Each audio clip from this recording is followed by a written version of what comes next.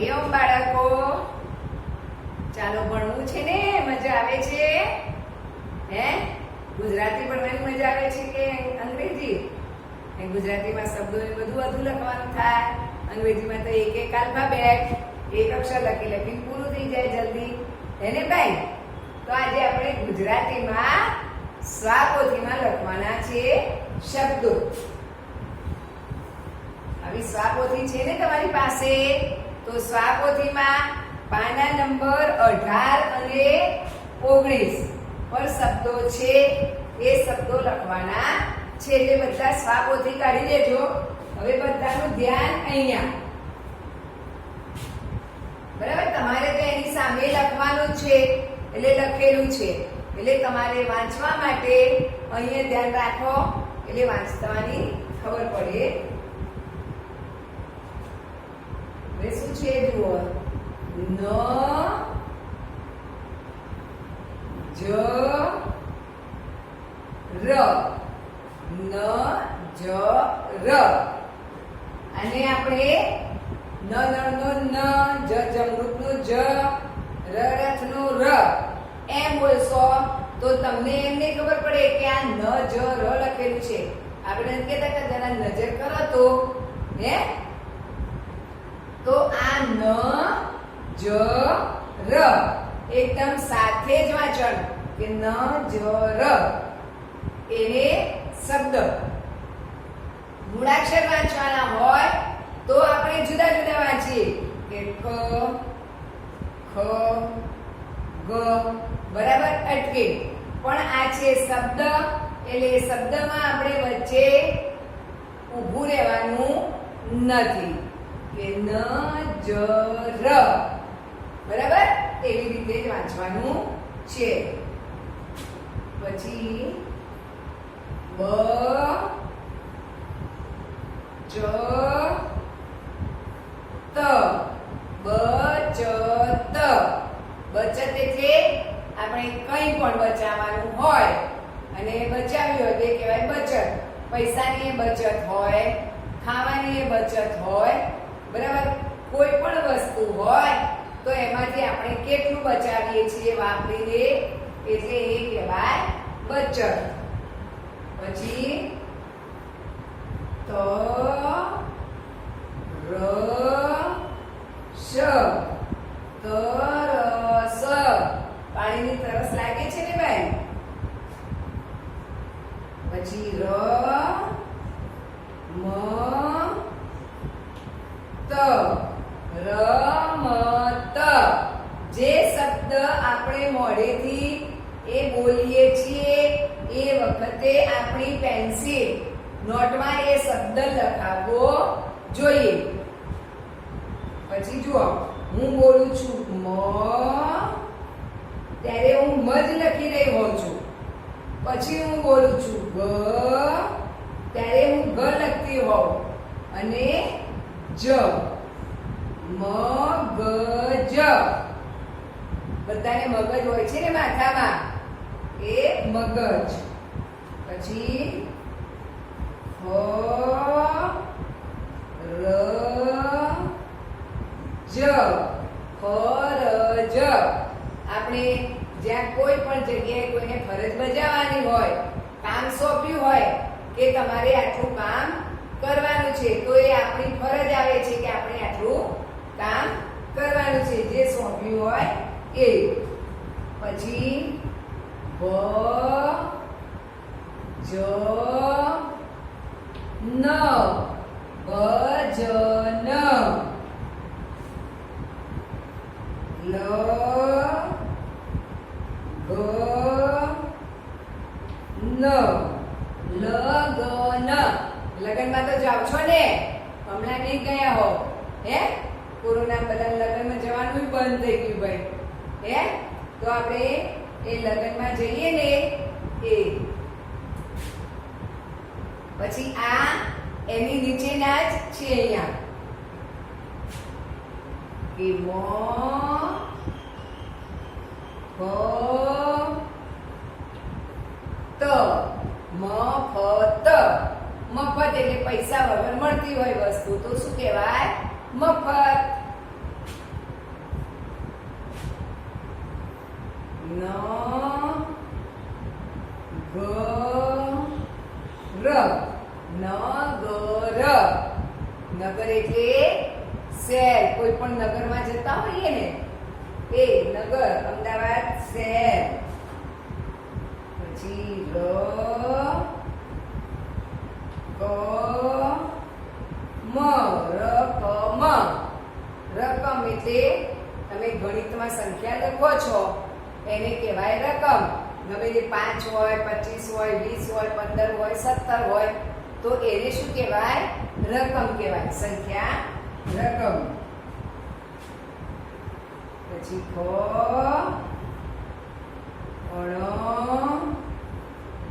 સ ફણસ. ફણસ એ એક જાતનું એ શાકની લાડીઓમાં મળતું હોય છે, ઉપર કાંટા કાંટા વાળા જેવું હોય છે એ ફણસ હોય છે. પછી ગ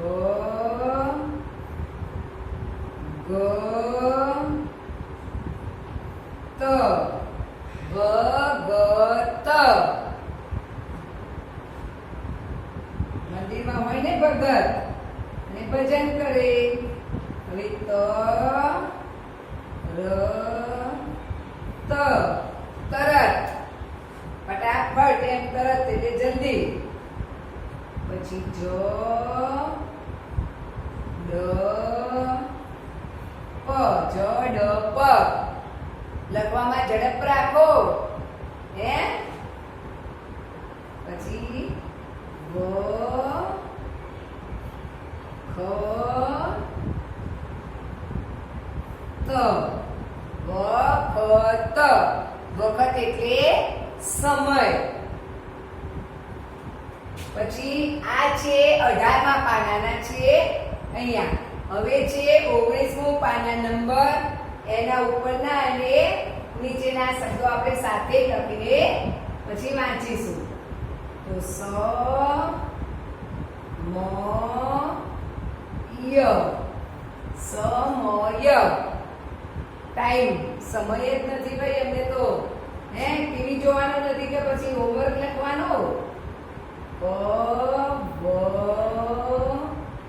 ન પવન. પવન હવા આવે છે ને એ પવન. કા પછી કોઈ છોકરાનું નામ પણ પવન હોય છે. સ ડ ક.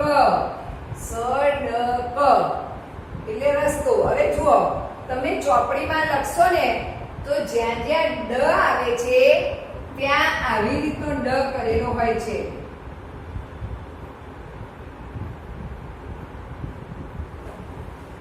આવું હોય છે ઉપર આ. પણ આપણે આવો કરવાનો નથી. આપણે જે અહીંયા કક્કામાં આપણે ડ લખીએ છીએ, નોટમાં જે કક્કો લખતી વખતે એ જ ડ આપણે લખવાનું. આવું નહીં કરવાનું. આમાં તો એ બધું આવું આવું બધું છે બરાબર. એટલે એ તમને આપણે નહીં, એના કરતા આપણે આવો સીધો જ ડ કરવાનો. જ્યાં ડ આવતો હશે ત્યાં ચોપડીમાં એવો જ લખેલો હશે. આપણે આવો જ સુધારી દેવાનો. પછી સ ર ળ.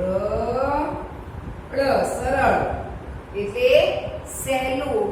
સરળ છે ભાઈ, બહુ આ તો આવડી જાય એવું છે એટલે સહેલું. સ મ જ. સમજ. તમને શબ્દોની સમજ પડે છે? હા કે ના? જ ર ખ. જરખ. એ શિયાળા જેવું હોય છે પ્રાણી. પકડ રહી.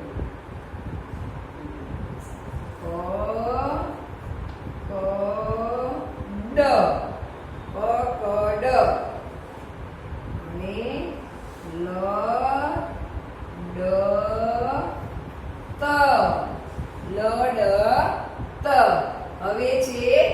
નીચેના શબ્દો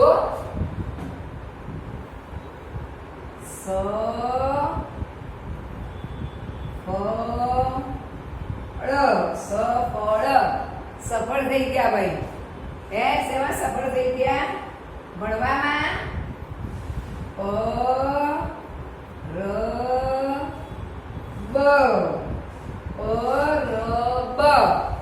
પરબ કોને કહેવાય? તમે ક્યાંક કોઈ વખત રસ્તામાં જતા હશો ને તો પાણીની ગળીઓ મૂકેલી હોય, માટલા મૂકેલા હોય, એક ગ્લાસ ત્યાં બાંધેલો હોય તો એને શું કહેવાય? પાણીની પરબ. કોઈ આવતા જતા હોય રસ્તામાં અને એને તરસ લાગે, પાણીની બોટલ સાથે લીધી ના હોય તો શું કરે ભાઈ? પાણી તો પીવું પડે ને, તો ત્યાંથી બધા પાણી પી લે. એ બધાને માટે જ્યાં પાણી મૂકવામાં આવેલું હોય એને કહેવાય પરબ.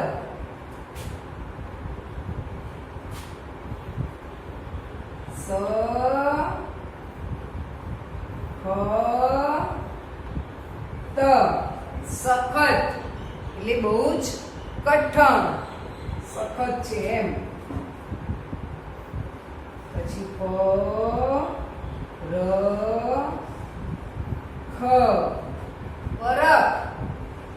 એટલે કોઈ વસ્તુને આપણે જાણવું હોય તો એની પરખ છે કે નહીં, આપણે ખબર છે કે નહીં એમ. પરખ એટલે જાણવું થાય. પછી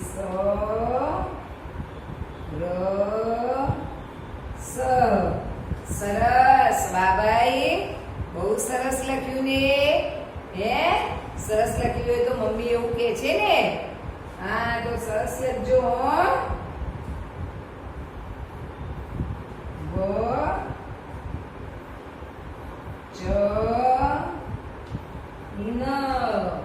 વચન. આપણે કોઈને એવું કહીએ કે હું હવે સાંજે રમવા જઉં નહીં, કાં તો પછી હવે હું ટીવી જોઈશ નહીં બપોરે, એ હું તમને વચન આપું છું. આપણે કોઈને કંઈ બંધાઈએ તો એને કહેવાય વચન કે હું હવે આ કામ નહીં કરું, બરાબર, અને હું ભણવાનું કામ કરીશ.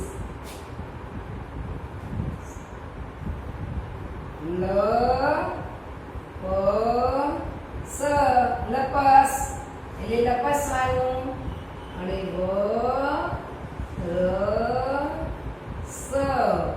વરસ એટલે આપણે જે વરસના નામ બોલીએ છીએ ને, કારતક માક્ષર, પછી જાન્યુઆરી, ફેબ્રુઆરી, એ 12 મહિના છે, એ આખા વરસના છે. એક વરસ એ પૂરા થાય મહિના એટલે એને વરસ કહેવાય.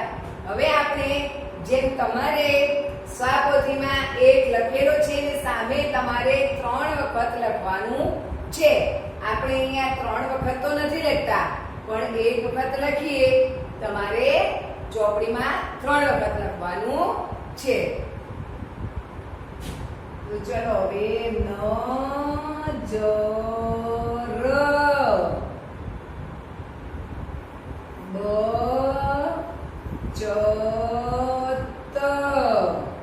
તમે ધ્યાન રાખજો કે મેમ કયો મૂળાક્ષર બોલે છે અને લખે છે. તમે પણ એ રીતે જ ટેવ પાડજો એટલે તમને કઈ તકલીફ પડશે નહીં. તરસ,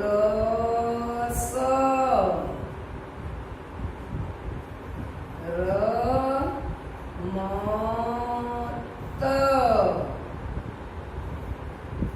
મગજ, ફરજ,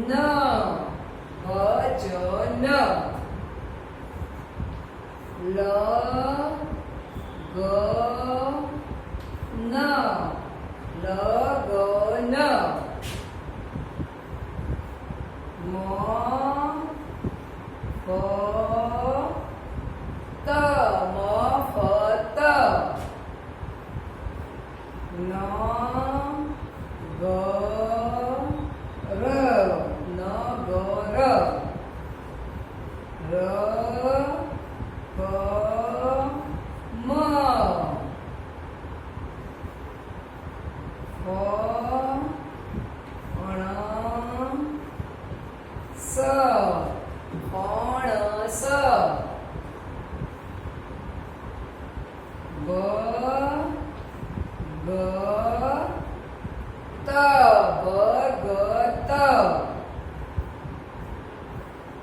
તરત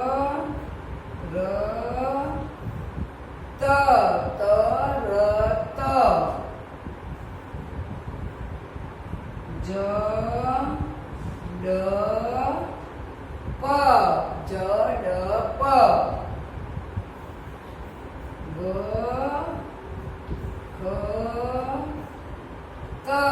વખત તમે જેમ અહીંયા એક વખત લખું છું એમ તમારે 3 લીટીઓ છે સ મ ય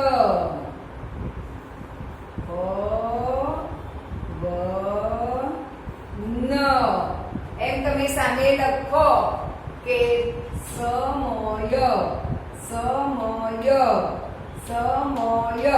એમ તમે એક શબ્દ 3 વખત લખશો તો બોલશો ને 3 વખત એટલે બરાબર આવડી જાય પછી તો ભૂલાય જ નહીં હે ને એટલે તમને 3 વખત આપ્યું છે સ ડ ક સ ર ળ સ મ જ જ ર ખ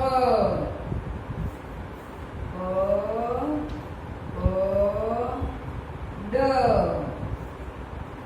લ ડ ત સ ફ ળ ર બ સ ખ ત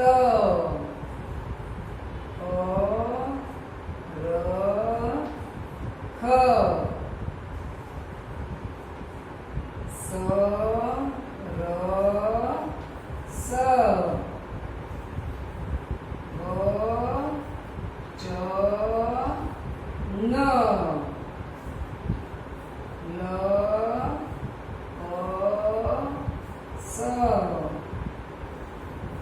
બ ર સ બરાબર ચલો હવે આપણે વાંચીશું ચલો હજી પણ કદાચ તમને આ સીધું બોલતા ના આવડે તો તમારે એવું બોલવાનું કે પહેલા એક વખત તમે બોલશો કે ન નગારાનું ન જ જમરૂખનું જ ર રથનું ર તમે એક વખત બોલ્યા પછી તો તમને ખબર પડે કે આને ન કહેવાય પછી તમે બોલો કે ન જ ર તો ન જ ર પછી તમને ખબર પડી જાય ભલે ચલો તમને એક વખત સીધું નથી ખબર તો તમે બોલો કે બ બકરીનું બ ચ ચકલીનું ચ ત તલવારનું ત બરાબર એ બોલ્યા પછી તમને ખબર પડશે કે આ બ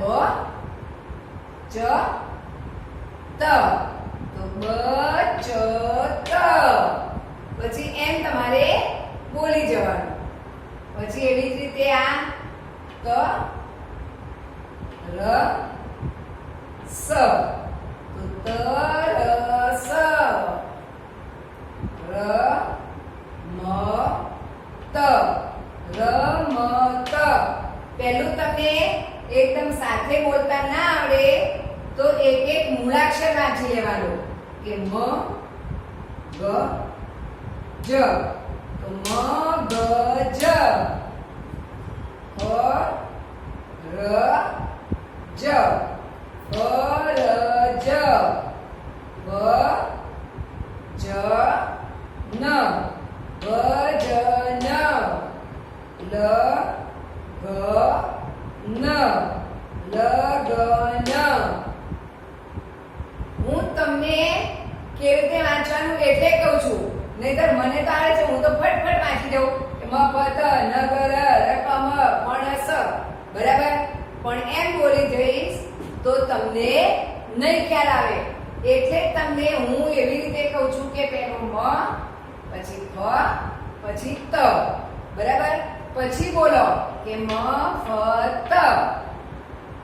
કારણ કે પછી જલ્દી આવડશે ને હું તો જલ્દી વાંચી જાઉં. બરાબર? પણ તમને ના આવડે ને, કારણ કે આપણે હજી હવે શીખવાનું છે. એટલે પહેલા ધીમે ધીમે વાંચવાનું અને પછી એક સાથે વાંચવાનું.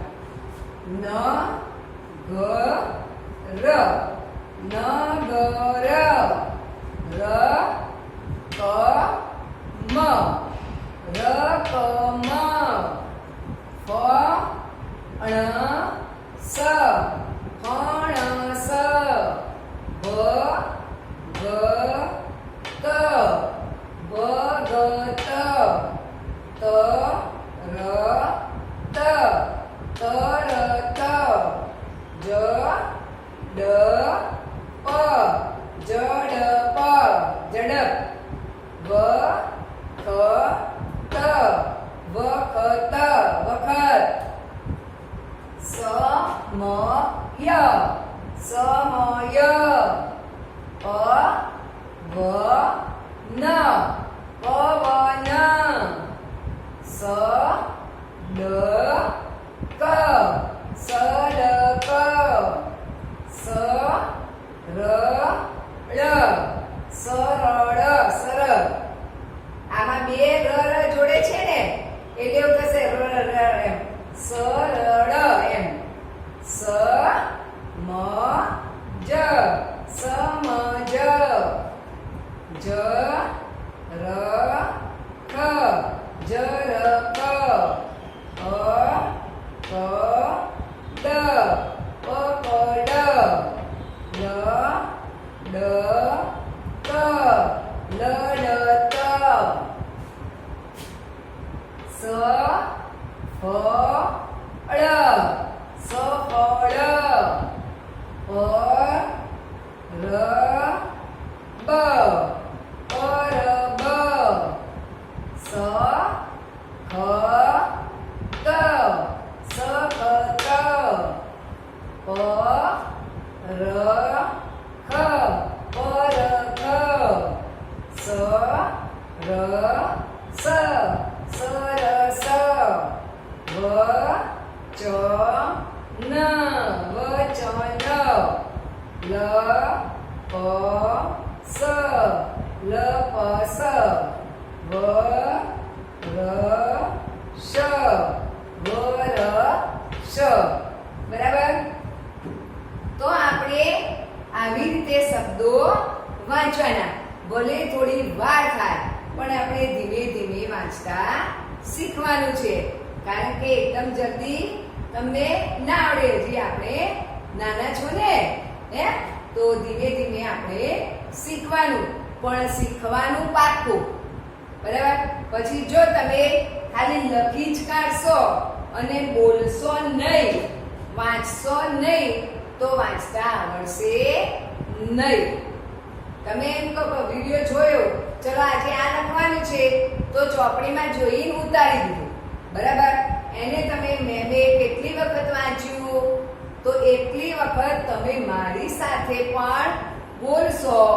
એટલી વખત બોલશો, વાંચશો, તો તમને આ શબ્દો ચોક્કસ આવડી જશે. પણ તમે જો જોઈને ઉતારી દેશો, મોઢેથી બોલશો નહીં, તો ફક્ત તમને ઉતારતા જ આવડશે. પછી તમને કેવી રીતે વાંચતા આવડશે? હે? એટલે જોઈને ઉતારી દેવાનું નથી, બોલવાનું છે અને લખવાનું છે. લખ્યા વગર એટલે બોલ્યા વગર લખવાનું નથી. બરાબર? કંઈ પણ હોય, આ શબ્દો હોય, તમે આંખ લખતા હોય તોય બોલવાનું કે એકડે એક, બગડે બે, બોલો છો ને? તો જ્યારે ગણિતમાં પણ આંખ લખતા હોય ત્યારે બોલવાનું.